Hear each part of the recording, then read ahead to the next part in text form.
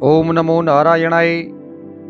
प्रस्तुत प्रसंग में ऋषि पंचमी के बारे में वर्णन रहेगा कि ऋषि पंचमी का व्रत क्यों किया जाता है, इस व्रत के समय कौन सी कथा सुननी चाहिए और इस व्रत के टाइम सप्तऋषियों की पूजा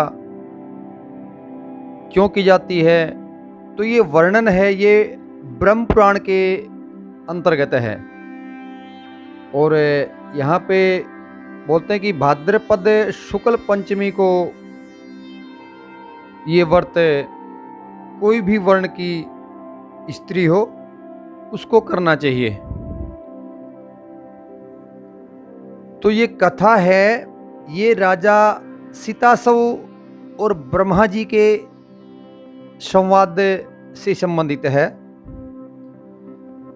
कि राजा सीतासव ने ब्रह्मा जी से पूछा कि सभी पापों को नष्ट करने वाला कौन सा श्रेष्ठ व्रत है।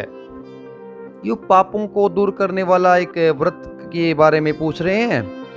तब ब्रह्मा जी ने ऋषि पंचमी को उत्तम बतलाया और वो कहते हैं, शृणु राजन प्रवक्ष्यामि वर्तानामोत्तममृतं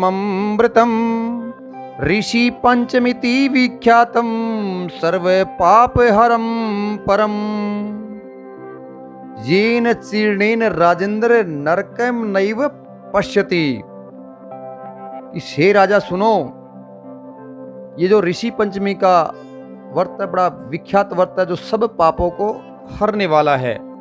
वै धर्वे च द्विजवरो उतंको नामत है तस्य भार्या सुशीलेति पतिव्रत प्रायणा। कि कहते हैं कि विदर्भ देश में एक सदाचारी ब्राह्मण रहता था और उसकी पत्नी बड़ी पतिव्रता थी जिसका नाम सुशीला था। तस्य भार्या सुशीलेति पतिव्रत प्रायणा तस्या अपते युगलम पुत्रो ही सुविभीषणम। उसके आगे कहते हैं कि उसके सुशीला था, उसके एक पुत्र और एक पुत्री, दो संतानें थी। और विवाह योग्य होने पर उसने समान कुलशील वर के साथ कन्या का विवाह कर दिया। और विवाह करने के बाद देवयोग से कुछ दिनों के बाद वो कन्या थी वो विधवा हो गई। और बोलते हैं कि विवाहितैव सा दैवाद वैधव्यम प्राप्त सतम तस्या दुखेन संतप्त है सुतम संस्थाप्या वेशमणि गंगा तीर वनम प्राप्त है सकलत्रस्तयास है। अभी इसके दुख में वो बड़े दुखी हो गए और अपनी कन्या को लेकर के वो दाम्पत्य मतलब ब्राह्मण और ब्राह्मणी गंगा के किनारे पे चले गए और वहां पे कुटिया बना करके रहने लगे। तो एक दिन ब्राह्मण कन्या सो रही थी, उसका शरीर कीड़ों से भर गया और कन्या ने सारी बात माँ से कही कि माँ ने पति से सब कहते हुए पूछा कि हे प्राणनाथ, मेरी ये साध्वी कन्या है, इसकी ये गति होने का कोई कारण क्या है, आप बताइए। देखिए ब्राह्मण बड़ा तपस्वी था, वो तो पिछले जन्म की बातों को जानने वाले थे। तो ब्राह्मण ने समाधि लगाई और समाधि के द्वारा कोई घटना का पता लगा करके वो कहने लगे कि पूर्व जन्म में ये कन्या थी वो ब्राह्मणी थी और इसने रजस्वला होते ही बर्तन छू दिए थे। देखिए पूर्व जन्म की बात बता रहे हैं और वो बोलते हैं कि जब स्त्री अपवित्र होती है तो उस टाइम पे उसने बर्तन छुए थे। और इस जन्म में भी इसने दूसरी जो स्त्रियां ऋषि पंचमी का व्रत करती हैं तो उसने ऋषि पंचमी का व्रत नहीं किया ताकि इसके दोष हट जाते, तो उसके प्रभाव से इसके शरीर में कीड़े पड़े हैं। और देखिए आगे संस्कृत में इसका पूरा व्याख्यान है कथा का, मैं उसकी भी थोड़ा सा बीच बीच में दोहराता रहूँगा। रज सवला च संजाता भांडा दिनेश प्रस्तदा ऐसे आतु पाप मनाते न जायती कृमि वद्दवपुहु। रजस्वला से संजाता, रजस्वला के टाइम पे उसने बर्तनों को स्पर्श किया था। रजस्वलायाः पापेन युक्ता भवती सा नघे। वो उसके पाप के प्रभाव से ये सब घटना घटी है, बोल रहे हैं। प्रथमे हन्नी चांडाली, द्वितीय ब्रह्म घातिनी, तृतीय रज की प्रोक्ता, चतुर्थे हनि शुद्धति। शास्त्र क्या बोलते हैं उसके बारे में?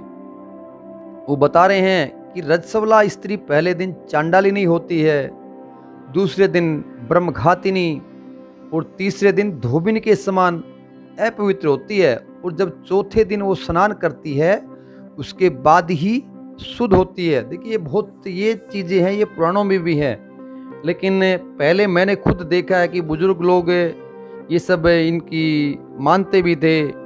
बड़ी माताएं थी, रसोई में जाती नहीं थी, लेकिन अभी थोड़ा सा बदलाव आया हुआ है।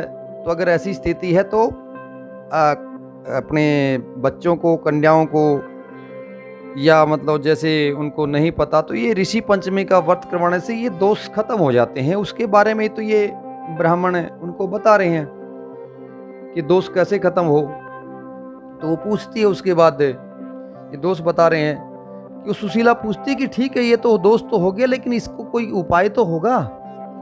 तो क्या बोलते हैं, सुशीले सुनु तत्समग्गे व्रतानुवतम व्रतम ये न चीरेण सहसा पापादस्मान प्रमुच्यते नभस्से शुक्ल पक्षे तु यदा भवती पंचमी।